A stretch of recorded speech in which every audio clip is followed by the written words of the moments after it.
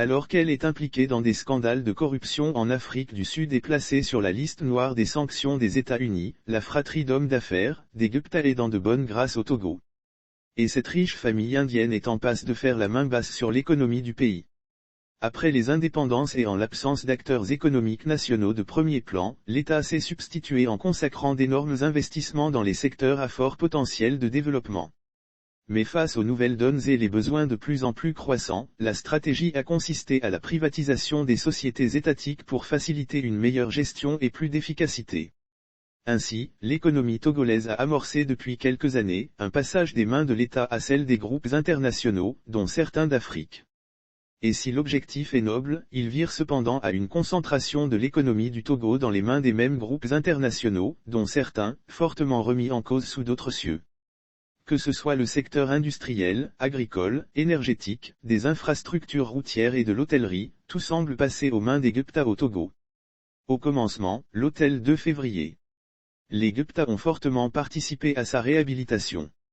Si la plateforme industrielle d'Adétikopé, PIA, permettra à terme de créer plus de 25 000 emplois, elle reste leur propriété à travers RIZIP.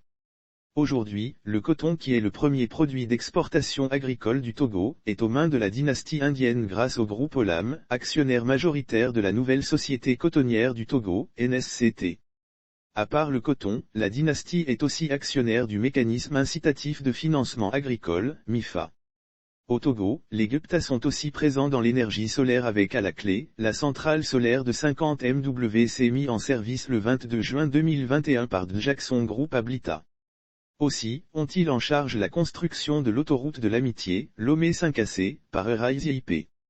Ainsi, la dynastie Gupta détient des pans entiers de l'économie du Togo, en si peu de temps.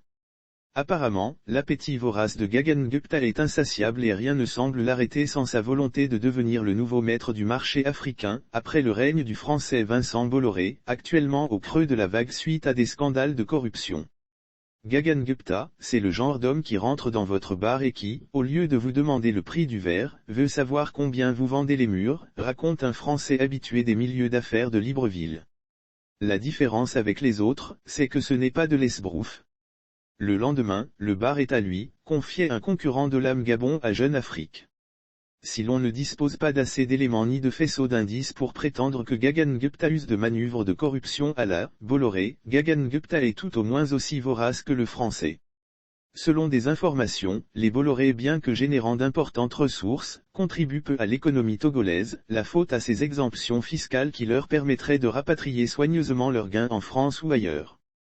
La stratégie de Gagan Gupta ne devrait pas être éloignée de celle-là. C'est, de toute vraisemblance, la principale raison qui a poussé récemment la délégation du Fonds monétaire international à pointer du doigt les exonérations fiscales accordées à la galaxie des Gupta. Ce qui semble indiquer des avantages fiscaux exceptionnels, voire dérogatoires au code des investissements. Le rapport de Memouissi souligne que Olam Gabon n'a contribué qu'à hauteur de 0,08% des finances publiques sur la période 2012 à 2017. Une anomalie que ses concurrents expliquent par la relation privilégiée nouée avec le président, rapportait le site d'information panafricain Jeune Afrique. Quasiment rien, comparé aux investissements réalisés sur la même période par Olam Gabon. Or, si Gagan Gupta jouit, d'après ses détracteurs, d'une telle proximité avec Ali Bongo Ondimba au point de lui permettre de s'affranchir des règles, fiscales notamment, la similitude avec le Togo où il bénéficie des mêmes relations auprès de Faure Gnassingbé est très vite établie. Ceci, d'autant plus qu'il existe une relation triangulaire Ali Bongo Ondimba Gagan Gupta Faure Gnassingbé. Par ailleurs, autant c'est un secret de Polichinelle que la zone économique spéciale de Hancock réalisée et aménagée par Gagan Gupta au Gabon est le modèle dont se sont inspirées les autorités togolaises pour concevoir la plateforme industrielle d'Adétikopé, PIA, autant l'attribution de cet ouvrage au même investisseur interroge par rapport aux exonérations fiscales accordées par Lomé. En attendant d'en savoir plus sur les contours fiscaux entourant les deals entre les Gagan et l'État togolais, il semble urgentissime de tirer la sonnette d'alarme sur des manœuvres visant à compromettre les intérêts de l'État togolais, fût-ce au nom d'une certaine politique d'industrialisation, estiment certains opérateurs économiques qui voient d'un très mauvais œil ces pratiques.